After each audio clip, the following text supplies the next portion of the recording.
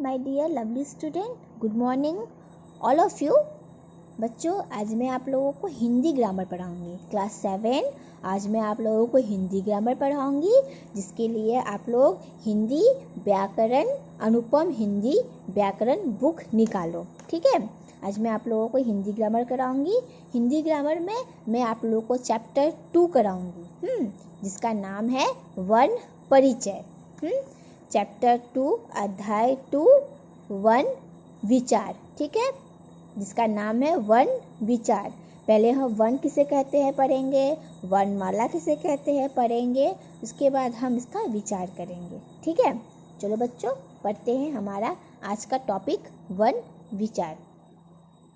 आप लोग page number 6 निकालो, 6। ओके। भाषा की सबसे छोटी ध्वनि को वर्ण या अक्षर कहते हैं।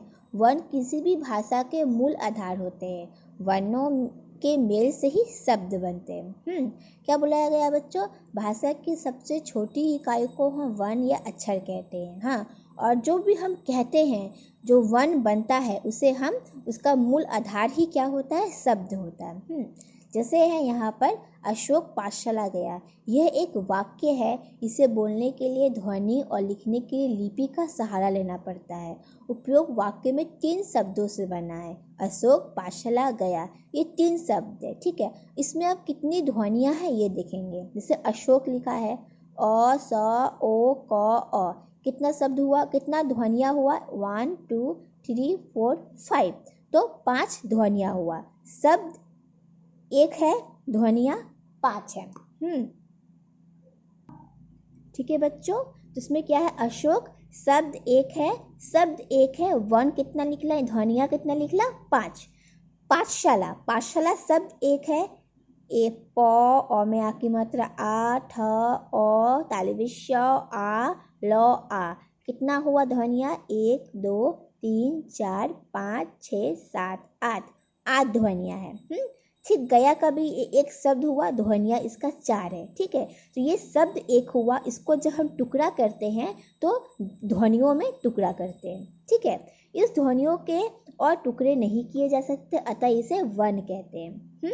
तो वर्ण किसे कहते हैं बच्चों? देखो यहाँ लिखा हुआ है, यहाँ पे हिंदी भाषा में प्रयुक्त होने वाली छोटी से छोटी ध्वनि को वर्ण या अक्षर कहते हैं। ठीक है, वर्णमाला किसे कहते हैं? वर्णों के व्यवस्थित समूह को वर्णमाला कहते हैं। ठीक है बच्चों, ये हुआ वर्णमाला, ये हुआ वर्ण। ठीक है, अब देखेंगे बच्चों हिंदी वर्णमाला में कुल कितने वर्ण होते हैं।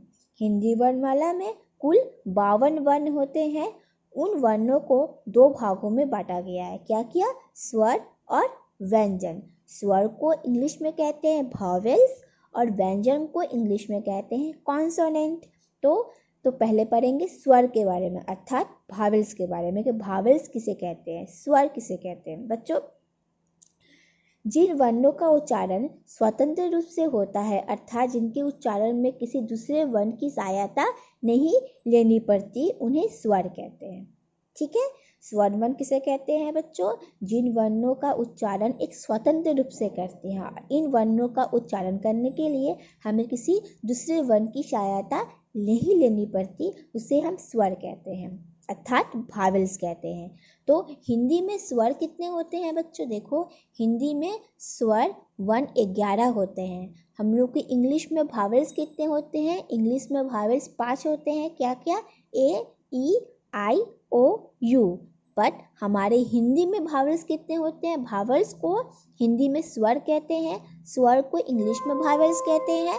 तो हमारी हिंदी में स्वर कितने होते हैं? 11 होते हैं। क्या क्या? ओ आ छोटी ई, बड़ी ई, छोटा ऊ, बड़ा ऊ, री, ए, आई, ओ, औ। ठीक है, तो प्रत्येक स्वर का उच्चारण करने में कुछ ना कुछ समय अवश्य लगता है, किसी भी कम और किसी में भी अधिक। इसलिए उच्चारण की दृष्टि से स्वर के 3 भेद होते हैं। क्या? ह्रस्वर, दीर्घ स्वर, प्लुत स्वर। ह्रस्वर अर्थात शॉर्ट वॉवेल, दीर्घ स्वर अर्थात लॉन्ग वॉवेल, प्लुत स्वर अथवा लॉन्गेल वॉवेल्स। ठीक है, आप लोग बच्चे शॉर्ट, लॉन्ग, लॉन्गेस्ट वो यहाँ पर है। ठीक है, तो ये क्या बोला गया? ह्रस्व स्वर अर्थात शॉर्ट वॉवेल। जिन स्वरों के उच्चारण में सबसे कम समय लगता है, उन्हें ह्रस्व स्वर कहते हैं। क्या? ओ, ई, ओ, छोटा ई, छोटा ऊ, री। ठीक है, ओ, छोटा ई, छोटा ऊ, री, इन स्वरों का उच्चारण करने में हमें कम समय लगता है। दीर्घ स्वर का क्या है? जिन स्वरों को उच्चारण में ह्रस्व स्वर को उच्चारण से दुगुना समय लगता है, जैसे आ, छोटा ई, री, ए, ऐ, ओ, औ। जो ये आ, बड़ा ई, बड़ा ऊ, ए, ऐ, ओ, औ जो है, इन उच्चारणों को करने में इससे हमें ज़्यादा समय लगता है। और क्या है? प्लुत स्वर, लॉन्गर।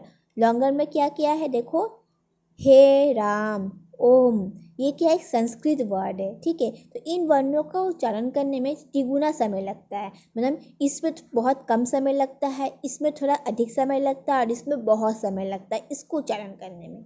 ठीक है बच्चों, ओके। उसके बाद है बच्चों अयोगवा, अनुस्वार और अनुशासित। आप लोगों ने बच्चों क्लास 3-4 में पढ़ा है, 5 में भी पढ़ा है, 6 में भी पढ़ा है। ये सब जो मैं आप लोगों को पढ़ा रही हूँ, ये आप लोगों का रिवीजन है, ये आप लोगों ने पहले भी पढ़ा है। अयोगवाह क्या है? अयोगवाह है अंग, आह। ये दोनों वर्ण स्वर के अंतर्गत आते हैं, किंतु ये ना तो स्वर है और ना ही व्यंजन, इसलिए इसे अयोगवाह कहते हैं। बच्चों हम लोग ने ओवा पढ़ा है ना, ओ, आ, छोटी बड़ी, छोटा ऊ, बड़ा ऊ, री, ए, ऐ, ओ, औ, अंग, आह। तो ये जो अंग और आ है, ये स्वर वर्ण के अंदर आते हैं। ठीक है, लेकिन ये स्वर वर्ण के अंदर तो हम लिखते हैं, लेकिन ये स्वर ना ही ये स्वर वर्ण के अंदर आते हैं, ना ही व्यंजन वर्ण के, क्योंकि हमारे स्वर जो है 11 होते हैं। उसके बाद है अनुस्वार। हम लोग अनुस्वार लगाते हैं। अनुस्वार का चिन्ह कैसा है? ये बिंदु, इस बिंदु को हम अनुस्वार कहते हैं। तो जो इस बिंदु का अनुस्वार देखो, इस बिंदु को मैं अनुस्वार कहती हूँ। ये रहा गंगा, जंगल, हंस। और अनुशासित चंद्र बिंदु को कहते हैं। अनुशासित हम चंद्र बिंदु को कहते हैं, जहाँ चंद्र बिंदु लगता है उसे हम अनुशासित कहते हैं, जैसे हंसना, चांद, सांप। और विशाख तो पता ही है आप लोग, ये विशाख जो है 2 बिंदु का रहता है, ये आप लोग सब जानते हैं। इसका उच्चारण हमें अतः, नमः, प्रातः में करते हैं। ओके, अब देखो बच्चों क्या है स्वरों का प्रयोग। स्वरों का प्रयोग हम 2 प्रकार से करते हैं, मूल रूप से और मात्रा रूप से। मूल रूप से स्वरों का प्रयोग करने के लिए प्रयोग किया जाता है, किसमें किया जाता है? अमरूद, इमली, इनाम, उजाला, ऋषि, एक, एरावत, ओढ़नी, औरत आदि। और मात्रा के रूप में स्वरों का प्रयोग स्वर को व्यंजनों के साथ मिलाकर लिखने के लिए मात्रा का रूप का प्रयोग किया जाता है। इन चिन्हों को मात्रा कहा जाता है। ठीक है, तो मूल रूप का वर्ण हम लोग स्वर रूप में करते हैं, ओ, आ में करते हैं, और मात्रा रूप में करने के लिए हमें व्यंजन वर्ण का सहायता लेना पड़ता है और उसमें मात्रा लगाना पड़ता है। आप लोगों ने बच्चों मात्रा पढ़ा है ना, अभी मैं मात्रा कराऊंगी, देखो ध्यान से। आप लोगों ने बच्चों आ की मात्रा, छोटी ई की मात्रा, ऊ, री की मात्रा आप लोग सब जानते हो। जैसे ओ की मात्रा नहीं होती, आ की मात्रा, छोटी ई की मात्रा, बड़ी की मात्रा, छोटा ऊ की मात्रा, बड़ा ऊ की मात्रा, री की मात्रा, ए की मात्रा, ऐ की मात्रा, ओ की मात्रा, औ की मात्रा, ये हमारी मात्रा हुआ। ये कुछ शब्द है, इन शब्दों से कुछ शब्द बनता है। ठीक है, ये जो है मात्रा के साथ का, व्यंजन के साथ का एक मात्रा वाला शब्द है। इन शब्दों को मिलाकर एक दूसरा शब्द बनता है। ये जैसे क से कमल, कलश, का से काम, कान, छोटी की से किरण, किला, बड़ी की से कीमत, कील, छोटा कु से कुसुम, कुल। इस तरीके से शब्द से हम शब्द बनाए। ठीक है, अब यहाँ तक मैंने स्वर के बारे में पढ़ा और मात्रा पढ़ा। अब मैं व्यंजन के बारे में पढ़ूंगी। व्यंजन किसे कहते हैं और व्यंजन कितने प्रकार के होते हैं? व्यंजन स्वर की मदद से बोले जाते हैं, जैसे क, ख, ग, घ। जो वर्ण स्वर्णों की सहायता से बोले जाते हैं उन्हें व्यंजन कहते हैं। ठीक है बच्चों, जिसको हम स्वर की सहायता से, स्वर क्या है? ओ, आ, छोटी, बड़ी, ये सब की सहायता से जो हम वर्ड बोलते हैं उसे हम व्यंजन कहते हैं। उन्हें सहायता लेनी पड़ती है। ठीक है, व्यंजन बोलने के लिए हमें उनकी सहायता लेनी पड़ती है। व्यंजन के भेद 3 हैं, स्पर्श व्यंजन, अधस्वर व्यंजन, ऊष्म व्यंजन। स्पर्श व्यंजन क्या है देखो बच्चों, जिन व्यंजनों का उच्चारण करते समय फेफड़ों से निकलने वाली कंठ, तालु, मूर्धा, दांत या ओठों का स्पर्श होता है, उन्हें स्पर्श व्यंजन कहते हैं। जैसे क से लेकर म तक 25 वर्णों को स्पर्श व्यंजन कहते हैं। ठीक है बच्चों, स्पर्श व्यंजन किसे कहते हैं बच्चों? जिन वर्णों का उच्चारण करते समय हमारे कंठ, मूर्धा दांत होठों में स्पर्श होता है अर्थात स्पर्श में छूना पड़ता है, उसे हम स्पर्श व्यंजन कहते हैं। स्पर्श व्यंजन जो है वो क से म तक होता है। हम लोग ने क से ज्ञ तक व्यंजन होता है ना, जो क से म तक के व्यंजन को हम स्पर्श व्यंजन कहते हैं। हाँ देखो, ये क ख ग घ अंगा च छ ज झ ञ ट ठ ड ढ मध्य न, ये सब।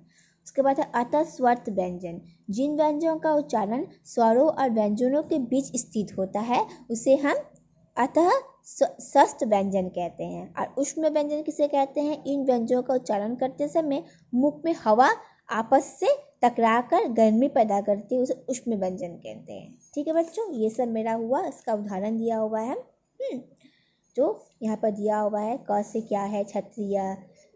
त से क्या है? त और अ को मिलाकर त्रिशूल, त्रिकोण, छात्र, ये दिया हुआ है। ये सब आप लोगों ने अपनी क्लास 5 में 6 में पढ़ा है ये सब। ठीक है, उसके बाद देखो बच्चों क्या है,